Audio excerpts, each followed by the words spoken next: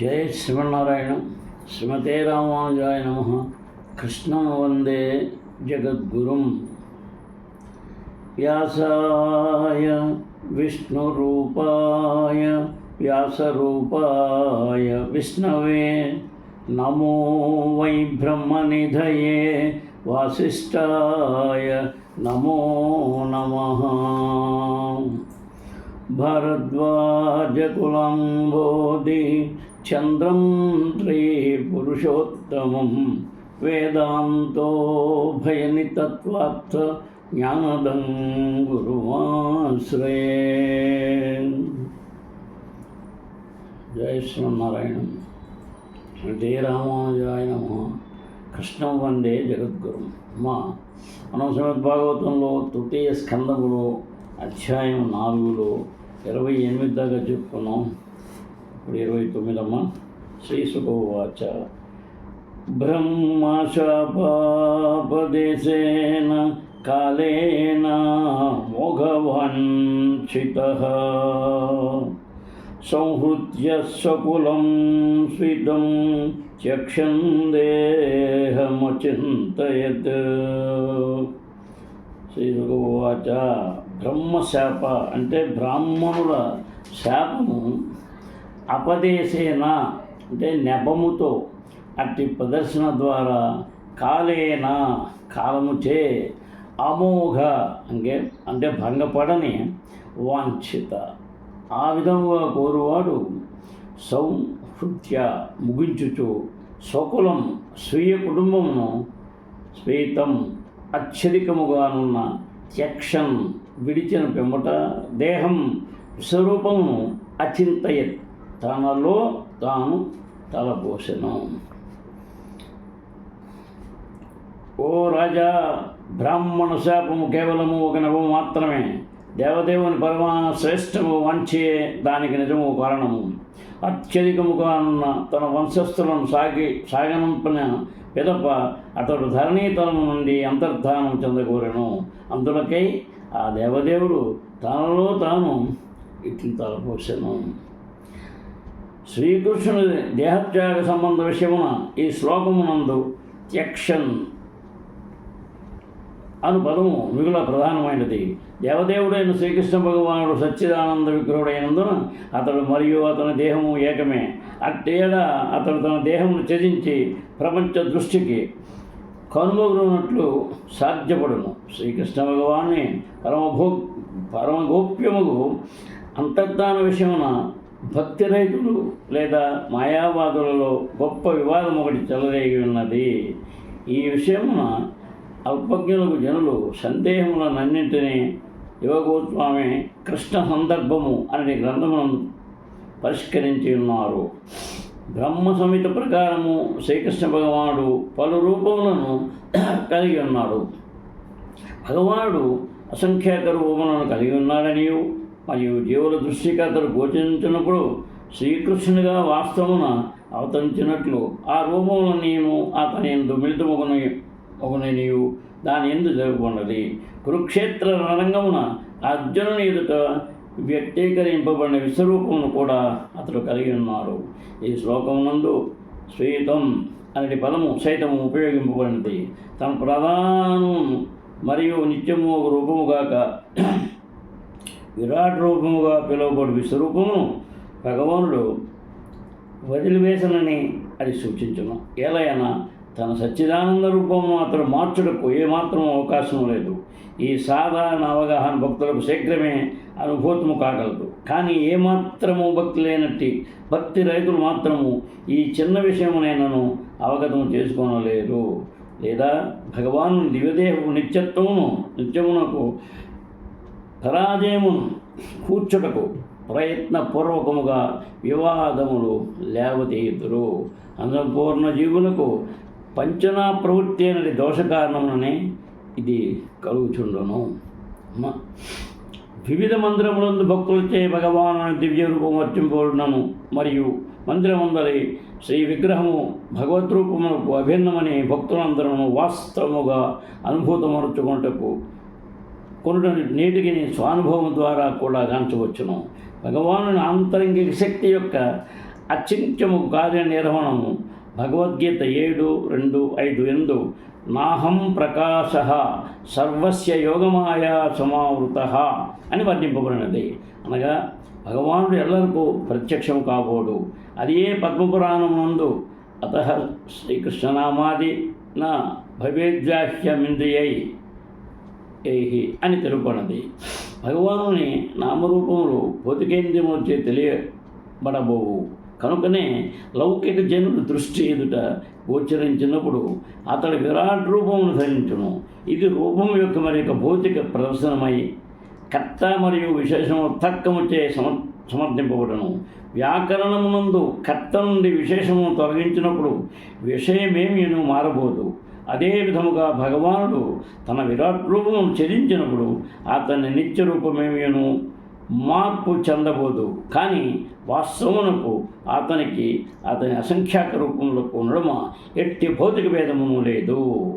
నేటికిని భగవానుడు వివిధ లోకములలో వివిధ రూపములందు ఏ విధముగా అర్చింపబడుతున్నాడో మరియు ఈ భూమిపైనను వివిధ మందిరములందు ఏ రీతిగా ఆరాధించబడుతున్నాడో పంచమ స్కందమునందు గాంచబడును.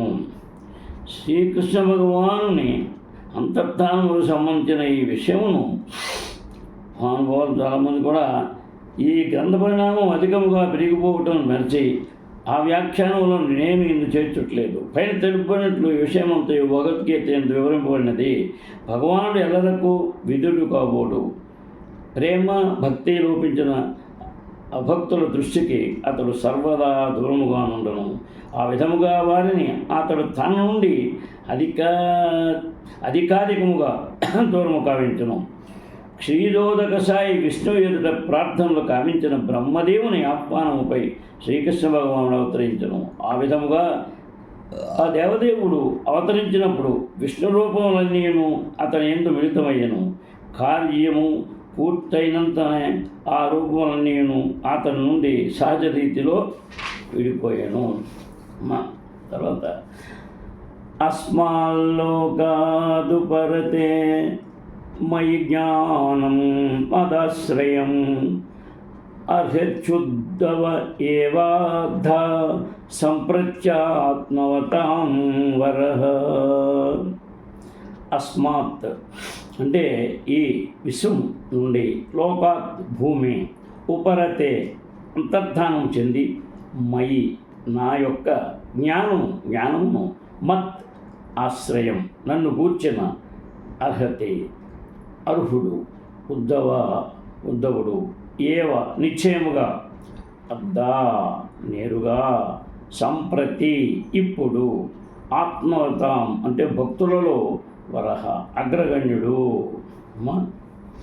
ఈ భౌతిక జగత్తు దృష్టి నుండి నేనిప్పుడు నిష్క్రమించుతున్నాను.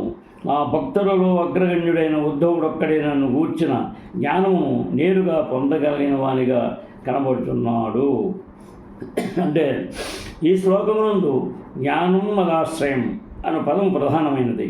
ఆధ్యాత్మిక జ్ఞానము 3 విభాగములుగా కలిగి ఉన్నది. అవి నిరాకార బ్రహ్మజ్ఞానము, సర్వవ్యాపియకు పరమాత్మని జ్ఞానము, పూర్ణ పురుషోత్తముడకు భగవానుని జ్ఞానము. ఈ మూడింటిలో భగవానునికి సంబంధించిన జ్ఞానము విశేషము ప్రాధాన్యము కలిగి ఉండి, భగవత్తత్వ జ్ఞానము దేవదేవుని విశేష జ్ఞానం అని పిలువబడును.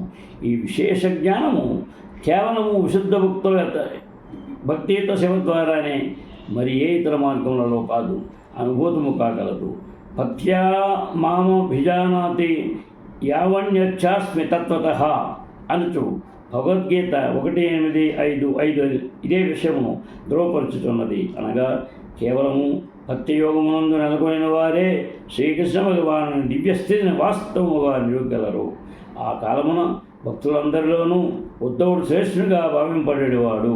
అందుకనే భగవానుచే అతడు నేరుగా ఉపదేశమునందెను.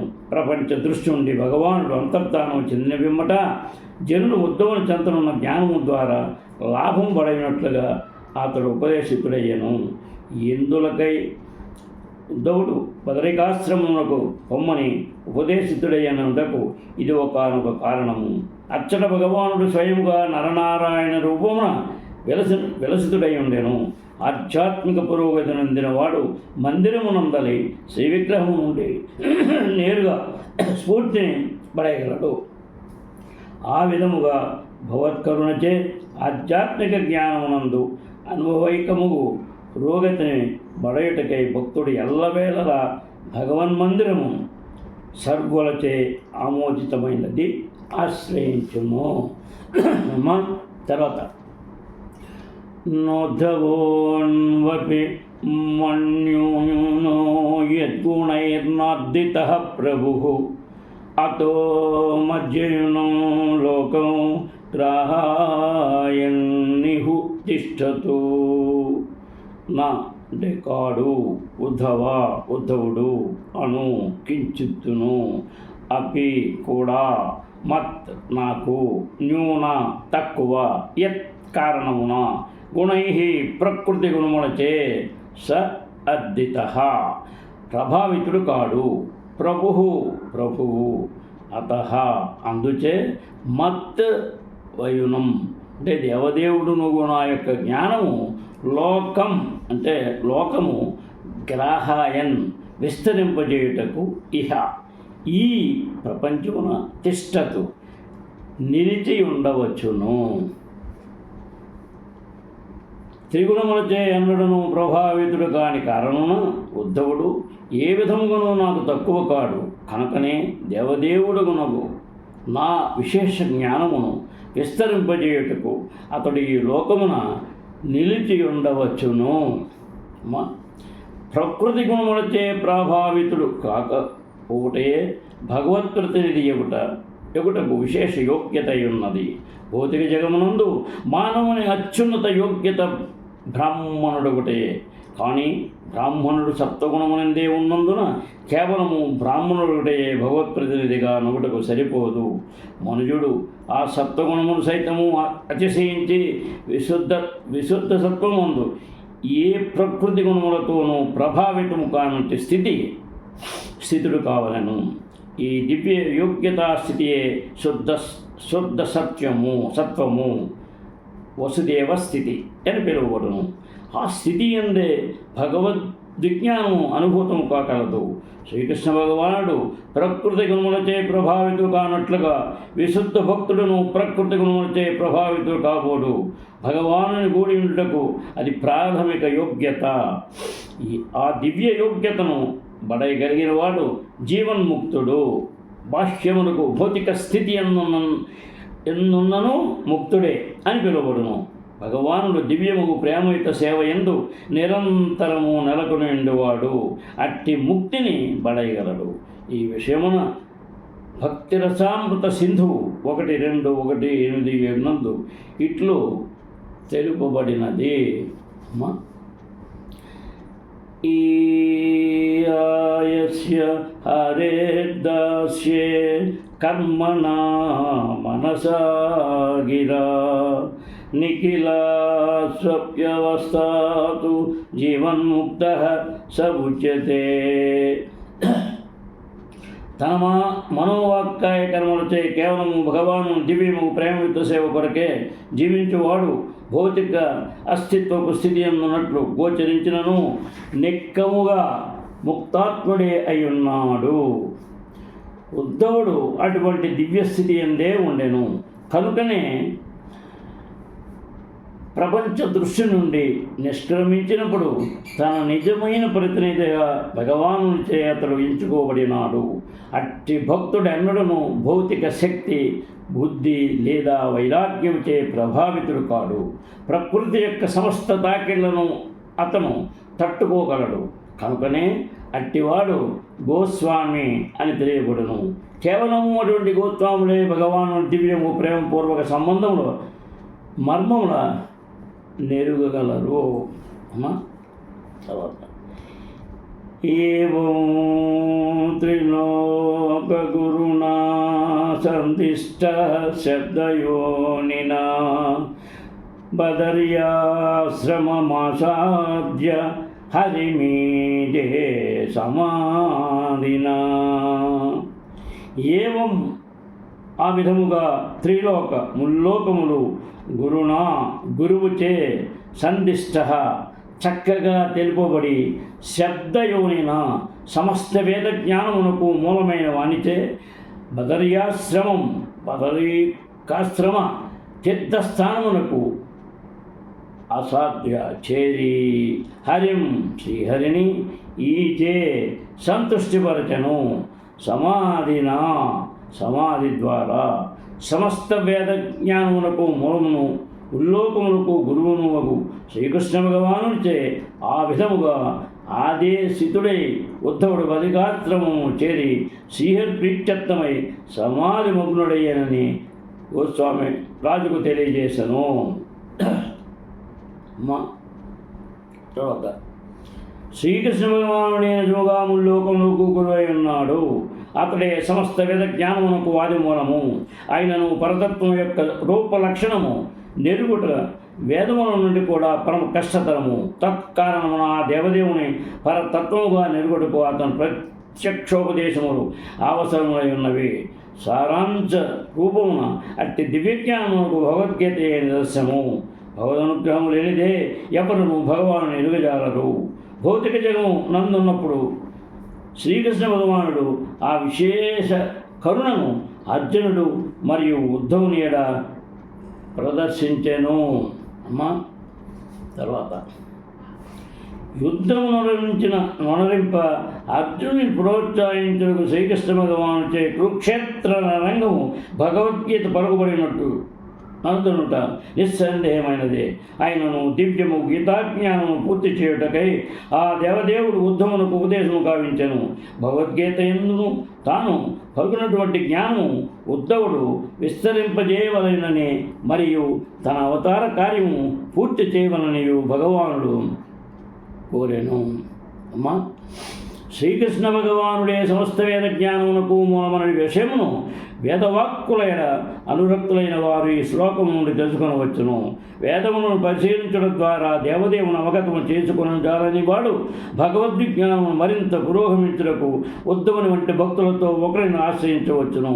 దేవదేవుడు శ్రీకృష్ణ భగవాను వేదము నుండి ఎరువుడు కడు కష్టతరముని బ్రహ్మ సవిత పలుకుతున్నది. కానీ ఉద్ధవుని వంటి విశుద్ధ భక్తుని వలన అతడు సులభంగా అవగతము కాగలడు. బదరికాశ్రమమందు వసించుతున్న మహర్షులైన కరుణను కొని భగవానుడు తనను గూర్చి పరుగుటకు ఉద్ధవుని అధికారము నొసగెను. అటువంటి అధికారం మొసగబడినదే ఎవ్వరును కృష్ణ భక్తిని అవగతము చేసుకొనుట లేదా చేసుకుంట కానీ లేదా ప్రచారము చేయట కానీ చేయజాలరు. ధరిత్రిపై నిలిచి ఉన్నప్పుడు శ్రీకృష్ణుడు పెక్కు అసాధారణ కర్మను అనుసరించును. స్వర్గం నుండి పారిజాత వృక్షము పునదిత్తుటకు అంతరిక్షము ప్రయాణించుట, యమరాజు లోకము నుండి గురు సాందీపముని పుత్రుని తిరిగి తెచ్చుట వంటివి అందుకలవు. ఇతర లోకములందరి జీవన స్థితులను గూర్చి ఉద్ధవుడు తెలుపబడి ఉన్నందున వాని నెరుగొటకు ఋషులందరూ అంతరిక్షమందరి ఇతర లోకములను గూర్చి తెలుసుకుంటకు మనం కుతూహలం కలిగి ఉన్నట్లుగా కుతూహలురై ఉంటుంది. బదరికాశ్రమము గల ఋషుల కొరకే కాక నరనారాయణులకు సందేశము కొనిపోవ ఉద్ధవుడు ప్రత్యేకముగా నియమింపబడెను. వేద పుటలయందు వర్ణితమైన జ్ఞానము కన్నను ఆ సందేశము మిగుల గుహ్యమైనది ఉండవచ్చును. భగవానుడు నిస్సందేహముగా సమస్త జ్ఞానమునకు మూలమై ఉన్నాడు. నరనారాయణులకు ఇతర ఋషులకు ఉద్ధవుని ద్వారా పంపబడిన సందేశము రహితము వేద జ్ఞానము అందరి భాగమే. కానీ ఆ సందేశములు పరమ గుహ్యములను మరియు ఉద్ధవుని వంటి విశుద్ధ భక్తుని ద్వారానే పంపదగినదని లేదా అవగతమగునని అయి ఉన్నది. అటువంటి రహస్య జ్ఞానము కేవలము శ్రీకృష్ణునకు ఉద్ధవునికి మాత్రమే తెలిసి ఉన్నందున ఉద్ధవుడు శ్రీకృష్ణుడితో సమానమని తెలుపబడినది. ప్రతి జీవుడు ఉద్ధవుని వల్లే భగవానుతో సమాన స్థాయిలో గల విశ్వాసపాత్రకు దూత కాగలడు.